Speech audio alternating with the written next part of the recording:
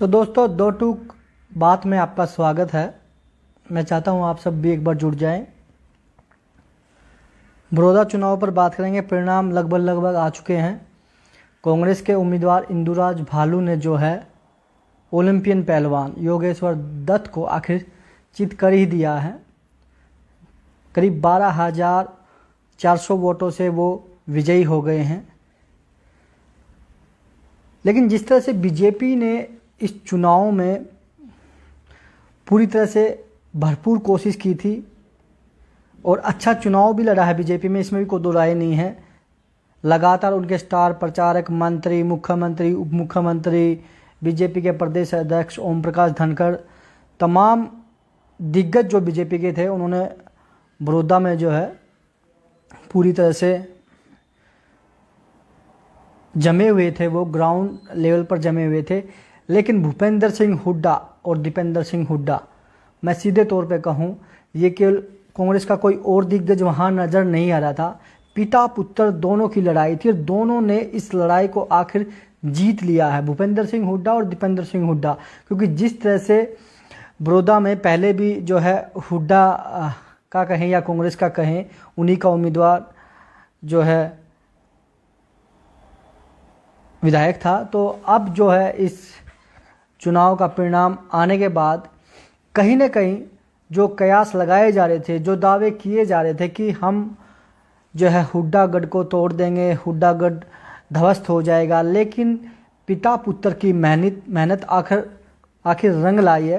क्योंकि जिस तरह से उम्मीदवार को लेकर, क्योंकि पहले हुड्डा साहब किसी और उम्मीदवार को चाह रहे थे, लेकिन उसके बाद आखिर आपसी मतभेद के बाद इंदुराज नरवाल को टिकट मिला और इंदुराज नरवाल के बाद जो है थोड़े मतभेद जरूर देखे गए, लेकिन आखिर में इंदुराज नरवाल ने भी स्वयं माना, जो भालू है, कि मैं केवल और केवल भूपेंद्र सिंह हुड्डा और दीपेंद्र सिंह हुड्डा का कैंडिडेट हूँ और उन्हीं के द्वारा वो चुनाव लड़ रहे हैं। और इस दौरान सीधे तौर पर जो भूपेंद्र सिंह हुड्डा और दीपेंद्र सिंह हुड्डा दोनों पिता पुत्र ने पूरी तरह से बड़ौदा में जो है बिसात बछाई हुई थी। क्योंकि जिस तरह से उनके लगातार हुड्डा खेमे के विधायक और तमाम लोग जो हुड्डा गुट से संबंध रखते हैं, क्योंकि कांग्रेस में कोई और स्टार प्रचारक यहाँ नहीं पहुँचा था, सीधे तौर पर साखी लड़ाई थी, नाक का सवाल था।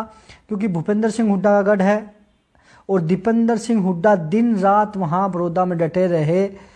आखिर उनकी मेहनत रंग लाई है। उनका उम्मीदवार जो है इंदुराज भालू करीब 12,000 वोटों से जीत गया। इसी चीज़ का इंतजार था, क्योंकि बहुत बड़े बड़े दावे किए जा रहे थे कि बड़ौदा चुनाव का जो परिणाम होगा उसके बाद प्रदेश की राजनीति के समीकरण बदल जाएंगे, प्रदेश में एक नई सरकार का गठन होगा, बहुत सारी चीज़ें सामने आ रही थी। और अब जो है कांग्रेस के पक्ष में भी ये परिणाम आया है। तो अब भविष्य की राजनीति की जहाँ तक बात है, अब भविष्य में ये देखना होगा कि कांग्रेस किस तरह से जो दावे कर रही थी कि इस चुनाव के बाद सरकार टूट जाएगी, गठबंधन टूट जाएगा, नई सरकार का जन्म होगा, वो कैसे संभव है।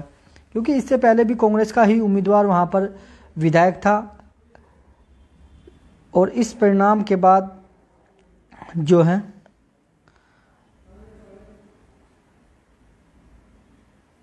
देखना होगा कि कब तक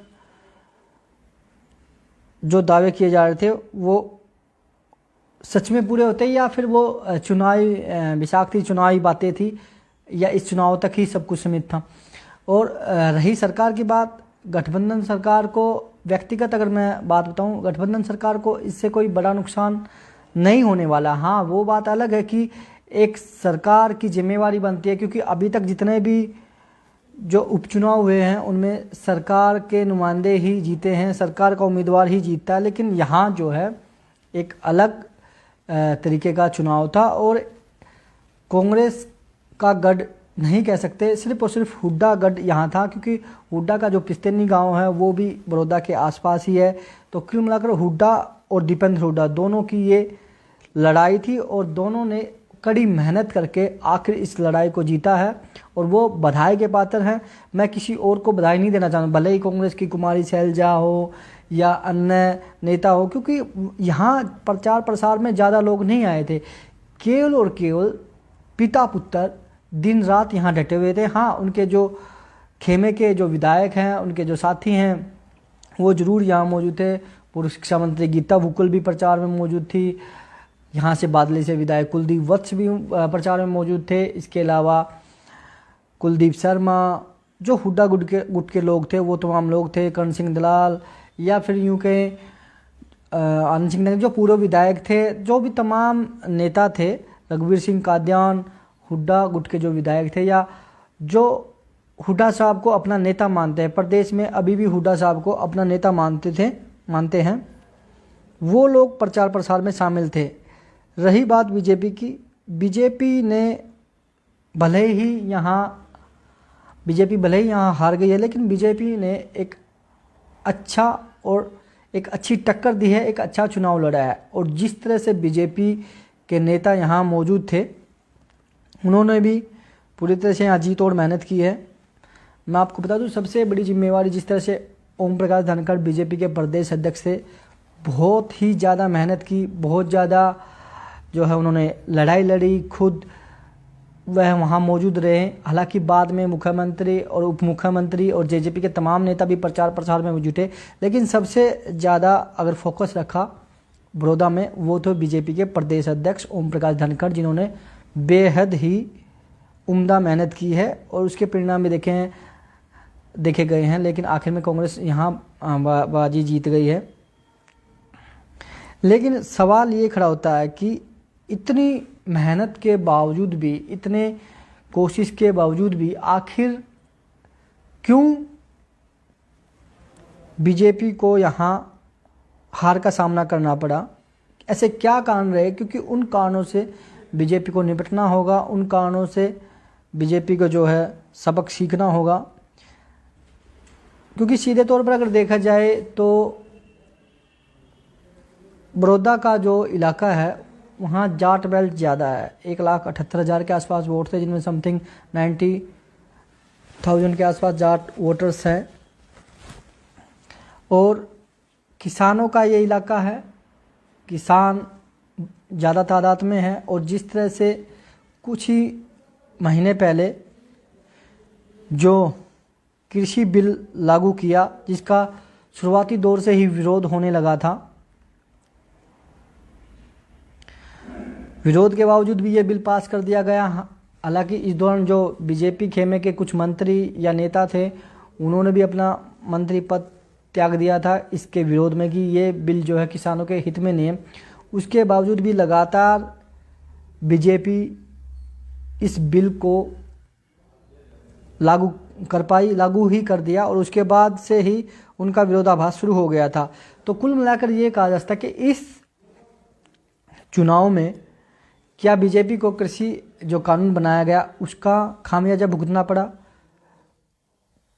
क्योंकि किसान बेल्ट में ही ये चुनाव था, और किसान बेल्ट में और किसान अध्यादेश लागू किया, किसान जो कानून बनाया, तो कहीं ना कहीं ये नुकसान उनको झेलना पड़ा है। ये चर्चाएं हैं, क्योंकि किसान बिल किसानों के हित में नहीं है, ये विपक्ष विशेषकर कांग्रेस का कहना है।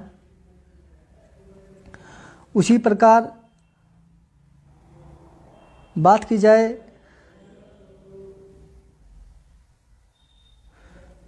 बिहार की, तो बिहार में जो है एनडीए अभी करीब 124 सीटों से आगे है, तो महागठबंधन 106 सीटों पे है, और अन्य की अगर बात की जाए तो अन्य 8 सीटों पर। तो बिहार में बीजेपी जो एनडीए है वो अभी भी आगे है। लेकिन हम बात करेंगे सिर्फ बड़ौदा की, क्योंकि बड़ौदा में ही कड़ी मेहनत यहाँ नेताओं की देखी जा रही थी, विशेषकर दीपेंद्र सिंह हुड्डा और भूपेंद्र सिंह हुड्डा जो कांग्रेस के नेता हैं। और कोई नेता यहाँ नज़र नहीं आया था प्रचार प्रसार के दौरान, केवल पिता पुत्र ने आखिर इस बाजी को जीत लिया है। कुछ ही देर में हम आपसे फिर जुड़ेंगे, लोगों की राय भी लेंगे।